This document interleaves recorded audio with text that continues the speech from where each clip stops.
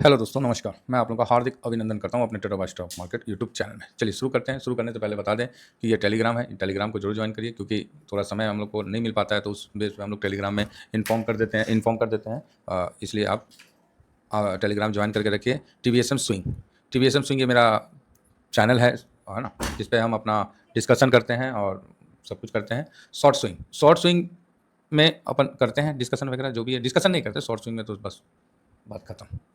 ठीक है। हाँ, ये अपना फ्री टेलीग्राम चैनल है, तो जरूर ज्वाइन करिए। स्विंग को तो जरूर ज्वाइन करिए। सर क्लियर बता रखा हूँ कि इस समय जब मार्केट 10 दिन से आपको मौका दे रहा है, अब ये नहीं समझ में आएगा तो अब हम क्या बताएंगे। 10 दिन से आप देख रहे हैं कि मेरा फोकस सिर्फ एक जगह पे, एक दो वीडियो पे ज़्यादा है। नहीं समझ पाइएगा तो हम क्या कर सकते हैं। बाद में आप बोलिएगा सर हम नहीं कर पाए, नहीं होल्ड कर पाए, तो भाई इसमें गलती किसकी है?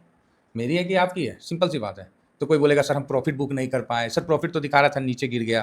तो भाई साहब इसीलिए बोलते हैं ना, स्विंग ज्वाइन करके रखिए, बाकी मर्जी आपकी है। आइए अभी थोड़ा न्यूज़ पे चलते हैं। तो घाना की यात्रा प्रधानमंत्री ने सक्सेसफुल किया, 10 साल के बाद गए हैं। ठीक है।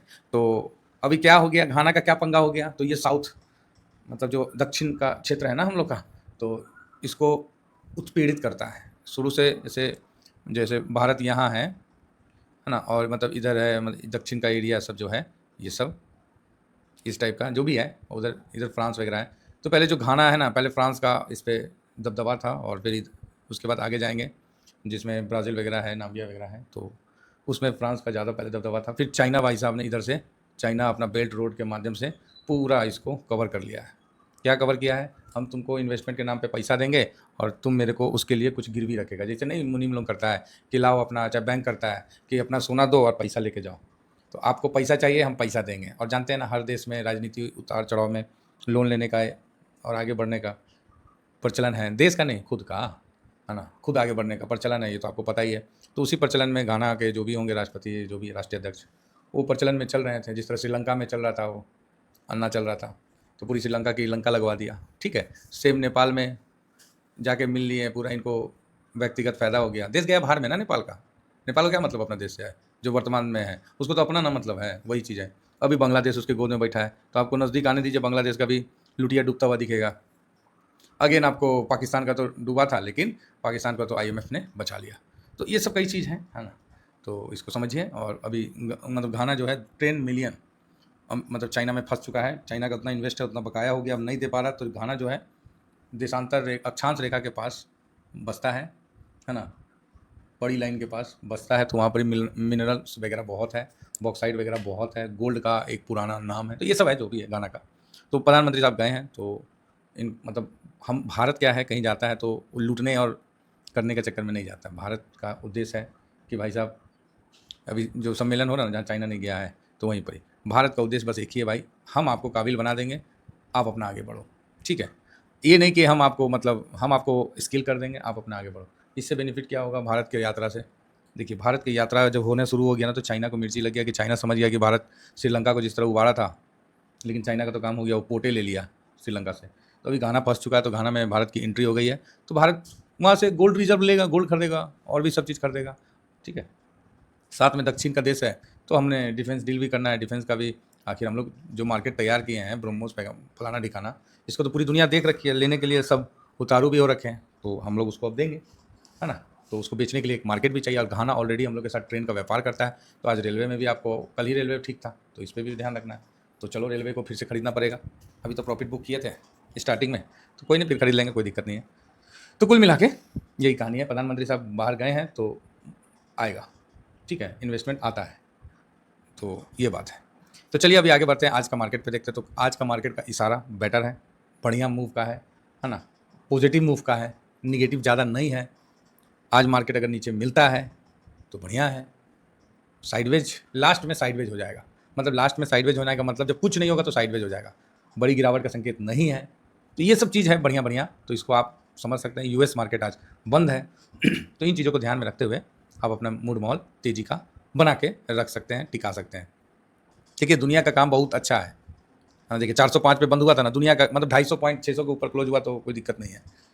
कम से कम तो इतना होना चाहिए। देखिए, दुनिया का काम क्या है, वो आपको ना बोलेगी बहुत हाई हो गया है मार्केट, यहाँ तो ये होना चाहिए, बिकवाली आना चाहिए, फलाना आना चाहिए, ढिकाना आना चाहिए, क्या बोलिएगा। सबको सब समझ में आ रहा है। ठीक है। आप बिकवाली में बैठ जाइएगा तो मतलब सब बिकवाली में बैठ जाएगा। आप नहीं खरीदिएगा तो कोई नहीं खरीदिएगा, तो दुनिया को समझ में आ रहा है। तो हम लोग को यहाँ क्या करना है, हम लोग को अस्थिर से रहना है। हम लोग एक तरफा बायर है, सेलर नहीं है। तो बायर जो होता है ना, उसको पेशेंस भर भर के होना चाहिए, मतलब क्विंटल में होना चाहिए, थोड़ा बहुत नहीं, भर भर के। तो ये चीज़ समझ के चलिए, बायर्स जो होते हैं उसको भर भर के होना चाहिए। तो वही बात है।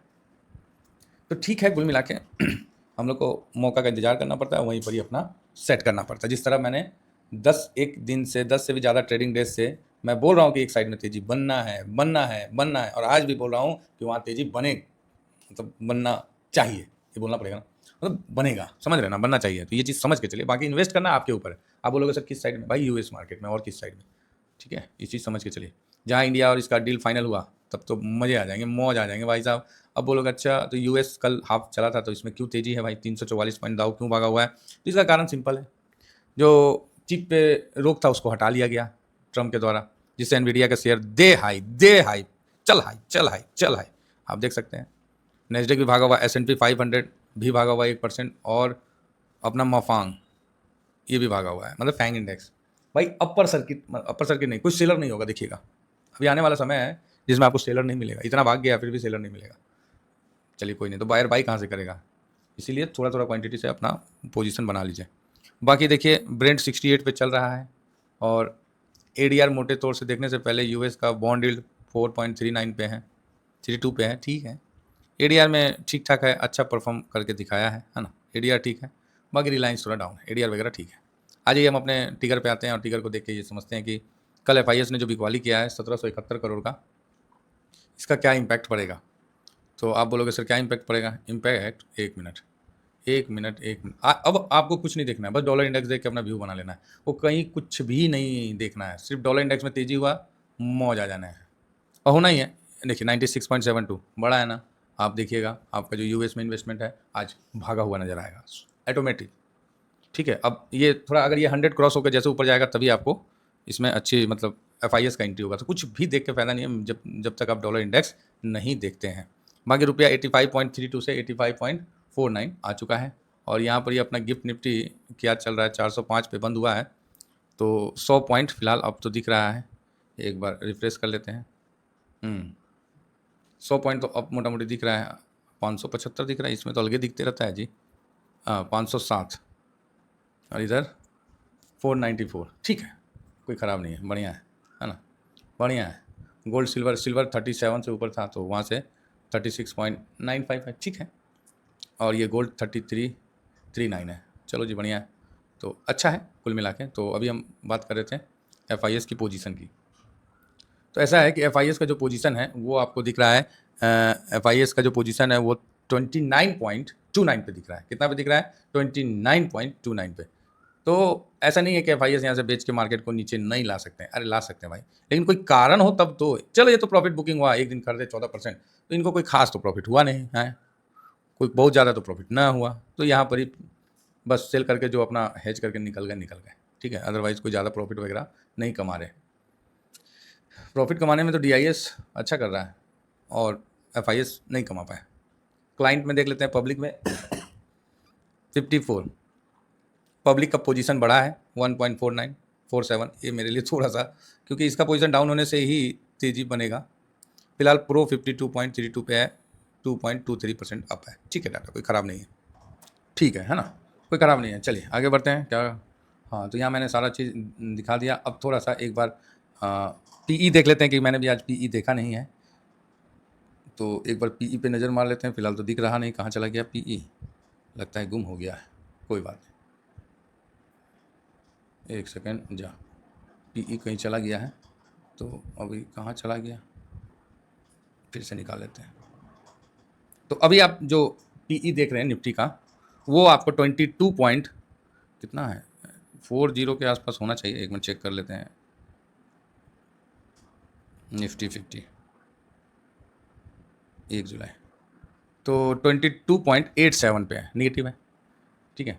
चलिए सारे डाटा को एक जगह हम रख देते हैं, सब चीज़ तो डिस्कस कर ही लिए, और देखते हैं क्या व्यू बनता है। एफआईएस अभी मूड में तो नहीं है, लेकिन निगेटिव भी नहीं है, तो फिलहाल तो माइनस कर देते हैं।